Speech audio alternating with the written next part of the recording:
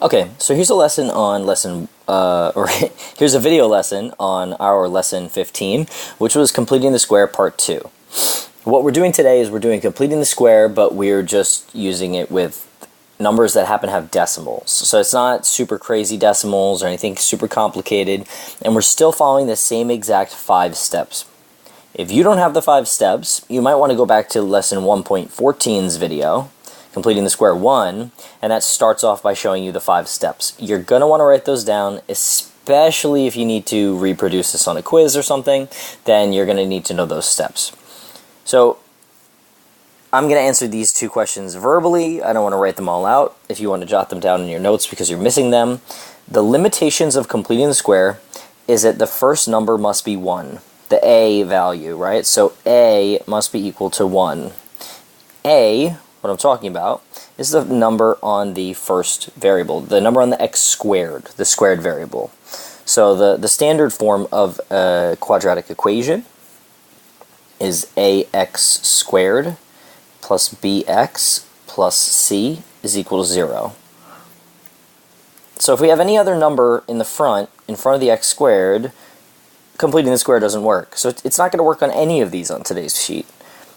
But what we can do to make it work is we can divide. So when a is not equal to 1, what we have to do is divide by the first coefficient. Divide by the coefficient that's on the x squared term. So let me show you an example.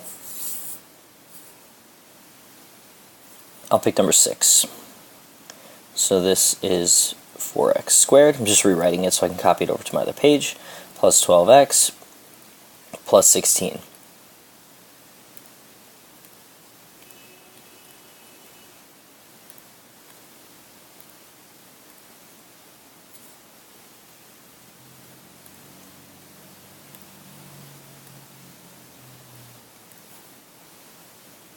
Okay, so that was number 6, right?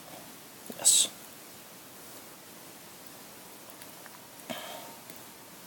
Number 6. So when we don't have a 1 in front of the x squared, so this here is the problem.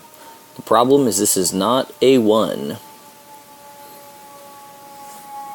What we have to do is we have to divide by the number that's on that first term. So if I divide by 4 here, it would cancel out, right?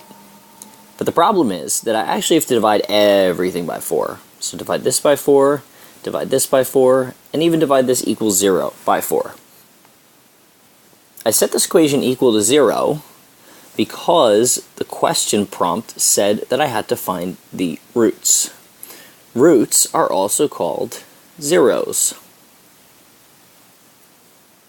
So that means we have to set it equal to 0 and then solve for x. Now after I've divided all of these by 4, I'm going to get an equation that looks like this. X squared plus 3x plus 4 is equal to 0. Now, if you think you know what to do, or you have the steps written down, you should start from here. You should pause this video and finish this question by yourself and then replay it. Okay, so pause now, do the work yourself.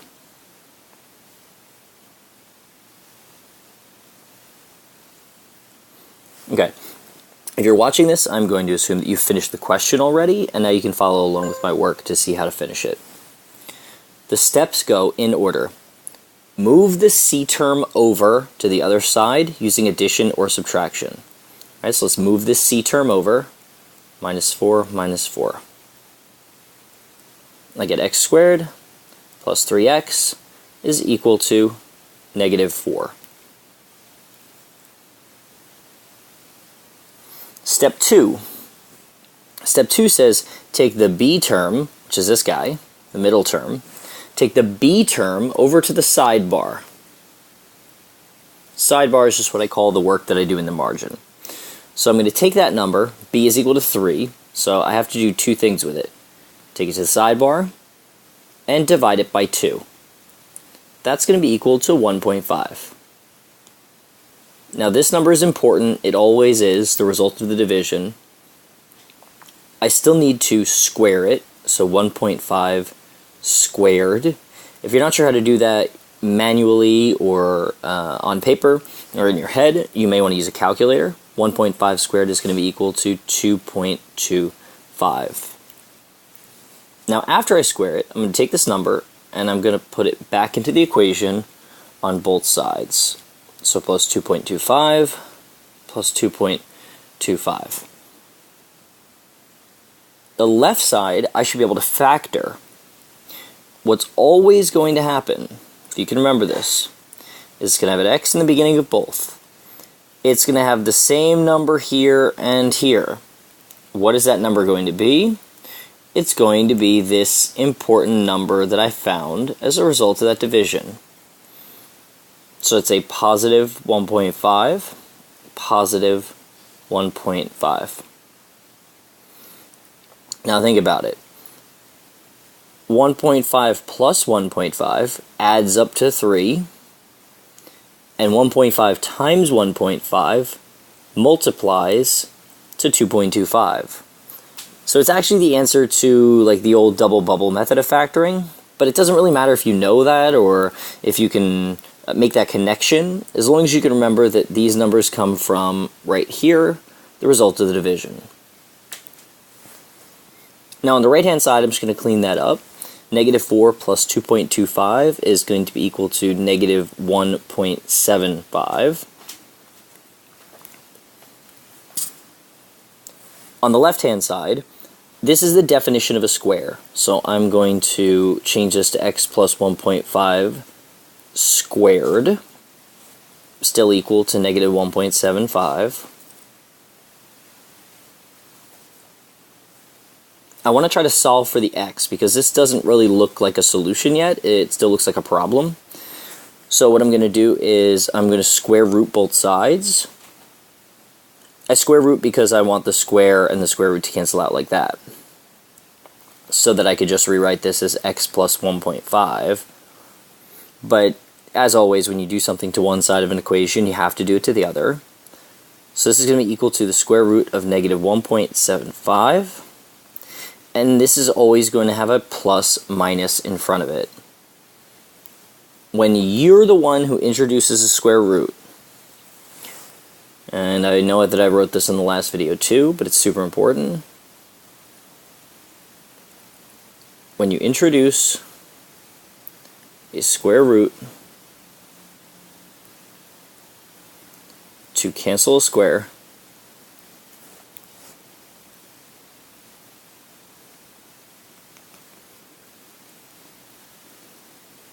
you must add plus or minus. That has to be in there. So this can't just be the square root of 1.75 over here. It's got to be plus or minus the square root of 1.75. Negative 1.75. It has to be plus or minus though. Now, only one more step to get x by itself. You still got that plus 1.5 on it, so regular equation rules. Minus 1.5. Minus 1.5, those cross out, and I'm going to get x is equal to negative 1.5 plus or minus the square root of negative 1.75. There's no simplifying to be done with that, so we're just going to leave it alone, and that's our answer. It's a totally acceptable answer. If you want to see one more, I'll do it quickly. So if you want to follow along and I go too quick, you might want to turn down the playback speed, slow it down manually on YouTube. You may want to back up and replay the video again if you have trouble following along. But I'm going to pull question number, I think I'm going to use 8. Yes, so I'm going to use question number 8. So that's 3x squared plus 9x minus 27. Pull that over to my loose leaf so I have a little bit of room to work.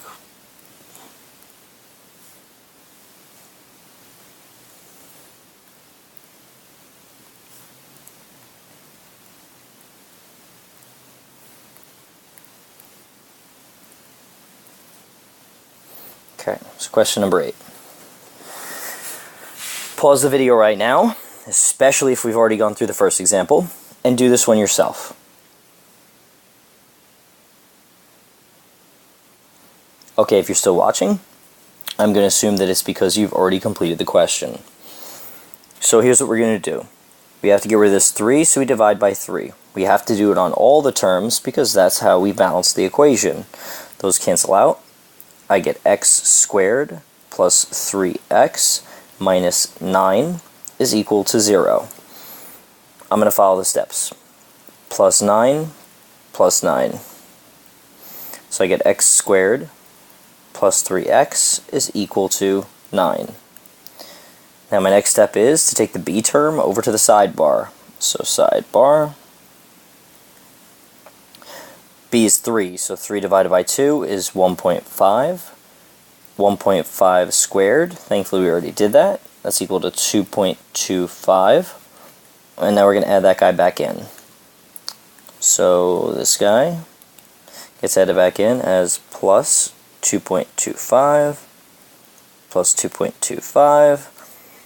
The left side is going to become a double bubble. It's going to be x and x. The other number is going to come from here. This important number, the result of the division, is going to go in both of these. So plus 1.5 plus 1.5 is equal to 11.25. The left-hand side becomes x plus 1.5 squared.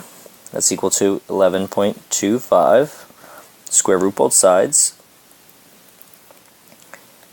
You get x plus 1.5 is equal to plus or minus the square root.